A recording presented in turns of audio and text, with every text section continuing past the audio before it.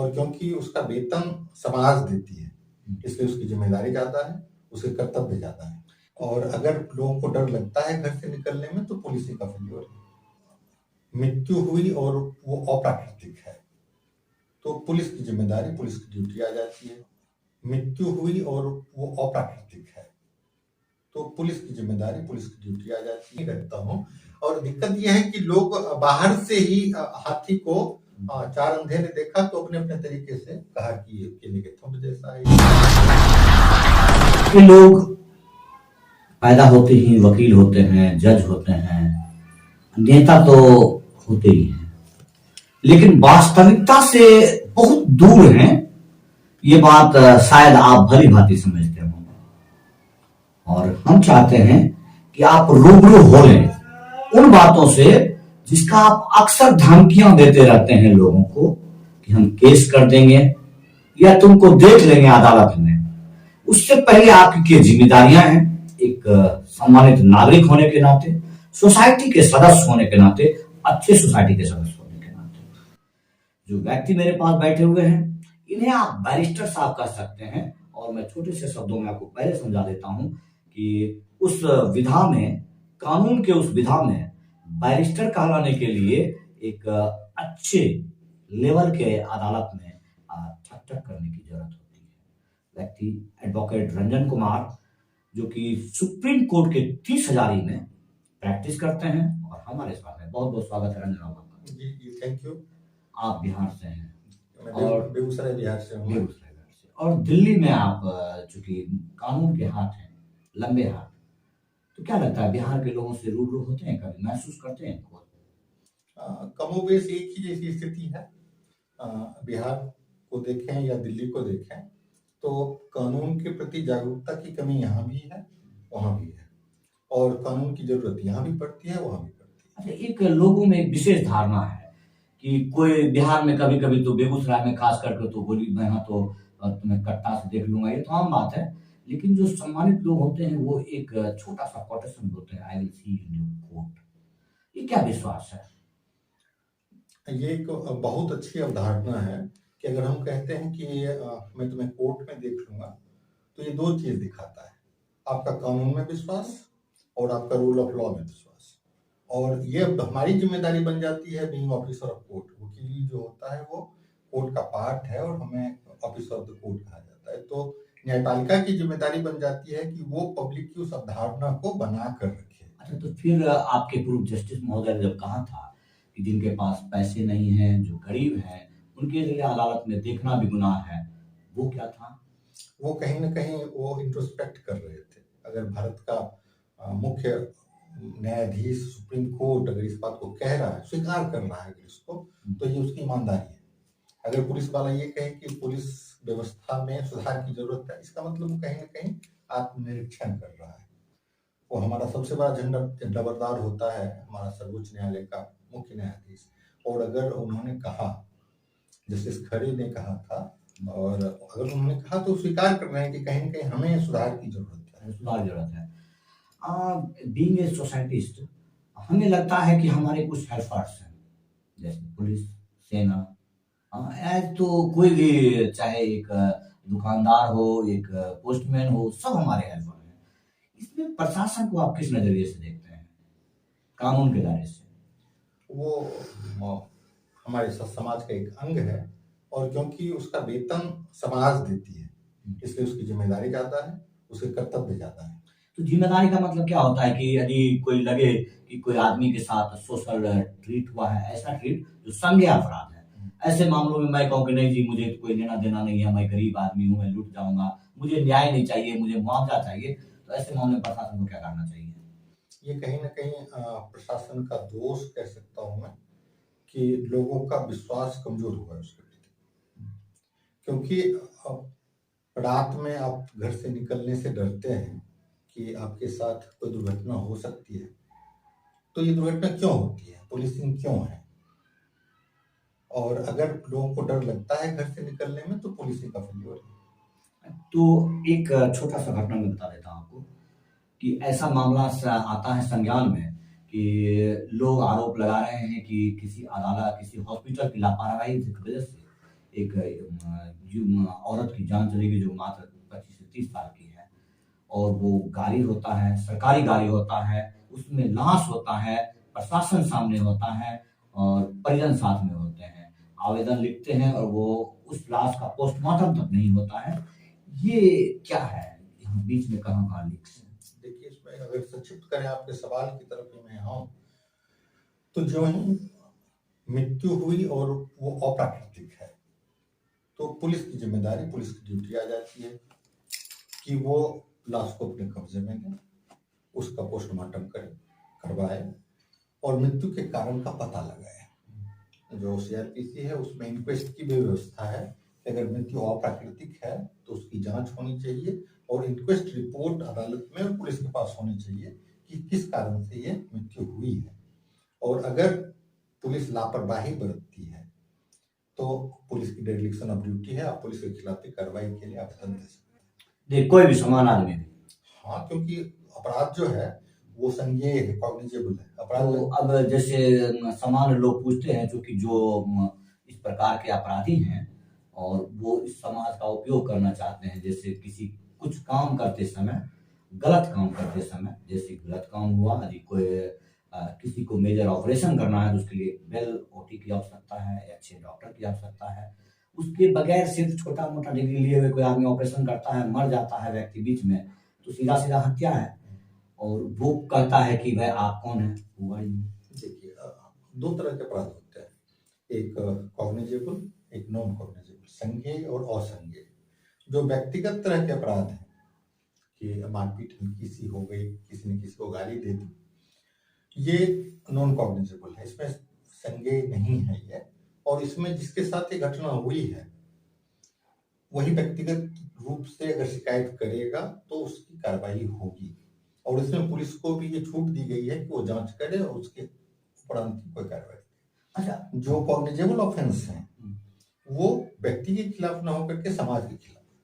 जैसे मैं एक उदाहरण दूं कि अगर आपको ये पता चले कि ऐसा ना हो कि भारत के किसी शहर में बम विस्फोट हो गया, बड़ा बम विस्फोट हुआ, तो कहीं ना कहीं आपको यहाँ डर लगता है। यही डर कश्मीर में भी होगा, ये कन्याकुमारी में भी होगा। क्यों ऐसा होता है? क्योंकि वो बम विस्फोट समय सापेक्ष और स्थान सापेक्ष न होकर के समाज सापेक्ष होता है। हर किसी को डर लगता है कि अगर आज वहां हुआ तो यहाँ भी होगा, इसलिए अपराधों को दो श्रेणी में रखा गया। मतलब आप साफ कह रहे हैं कि यदि जो लोग समाज खामोश है और वो इस बात को संज्ञान नहीं लेता है, मतलब यदि अधिकार रखता है वो आवेदन देने का, तो दोषी भी उतना ही है। नहीं, मैं ये भी बता दूं, अधिकार के साथ कर्तव्य भी रखता है। आईपीसी और सीआरपीसी में बिल्कुल इसकी व्यवस्था की गई है कि अगर कोई संज्ञेय अपराध हुआ है और आपकी जानकारी में है तो आपकी जिम्मेदारी है कि पुलिस स्टेशन में। तो आप साफ समझ सकते हैं, आप अपनी जिम्मेदारियों से मुकर रहे हैं तो दोषी आप भी हैं।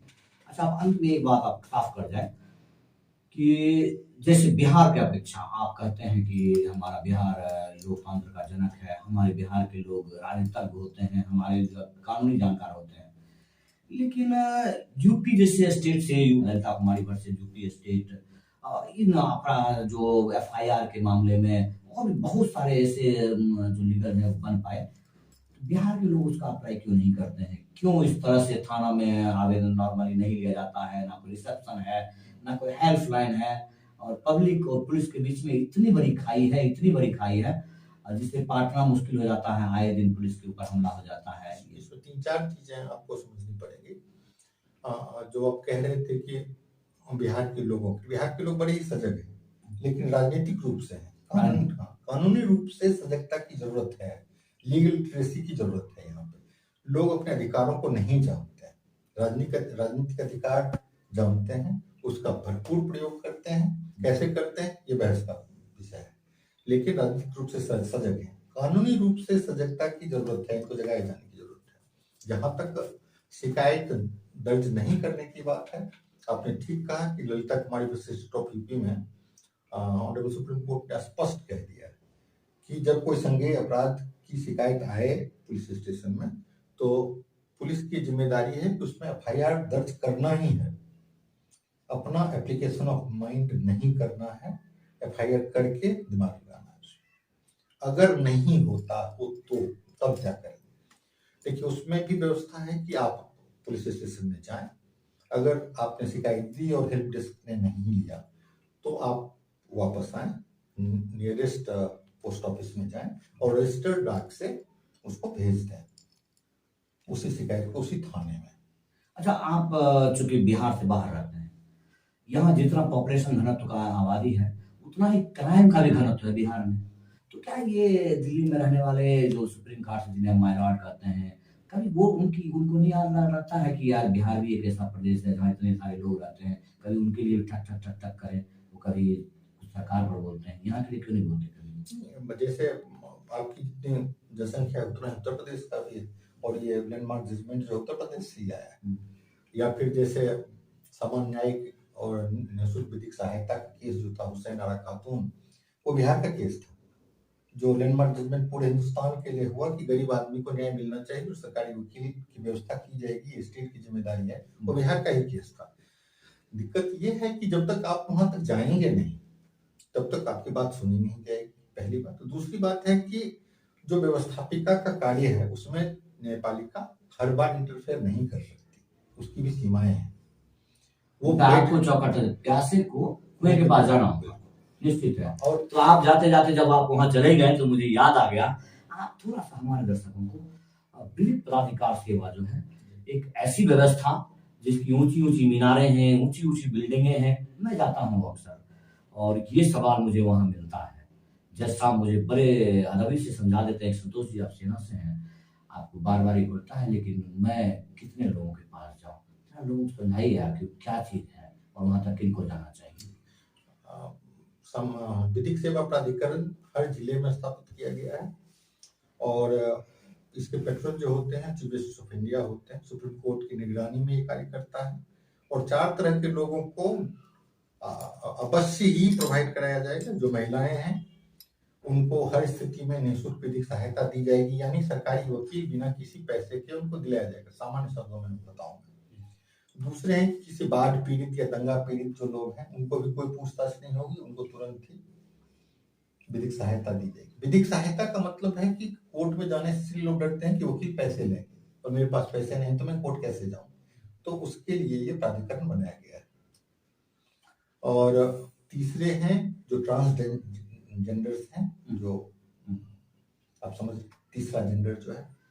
और चौथे हैं वैसे लोग पुरुष जो हैं जिनकी आय 4 लाख से कम है वार्षिक, ऐसे लोग मुफ्त में वकील प्राप्त कर सकते हैं, निश्चित रूप से उन्हें दिलाया जाएगा। और कॉम्पिटेंट वकील हर जिले में है, डिस्ट्रिक्ट जज उसके पैटर्न होते हैं हर जगह पे, अगर आपको कोई दिक्कत है तो आप उनसे भी मिल सकते हैं।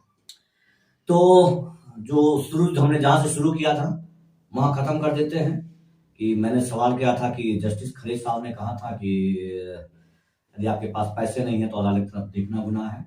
तो ये अंशतः सत्य भी है और असत्य भी है, और चूंकि ये आपको बता रहे हैं कि विधिक सेवा प्राधिकार ऐसा व्यवस्था है जहां पर आप मुफ्त में जाकर के न्याय ले सकते हैं। तो और कहीं कहीं उन्होंने चूंकि चीफ जस्टिस थे और उन्होंने ऐसी बात सोची, तो इसमें तो जरूर शब्द है कि उस अदालत पर बिना पैसे का न्याय नहीं मिलता है। तो दोनों बात है, हम दोनों पर विश्वास। एक बात मैं बताऊं आपको कि मैं पिछले 9 साल से उसका अंग हूँ। दिल्ली विधिक सेवा प्राधिकरण को मैं अपनी सेवाएं पिछले 9 साल से दे रहा हूँ, दिल्ली हाई कोर्ट में भी और सुप्रीम कोर्ट में भी।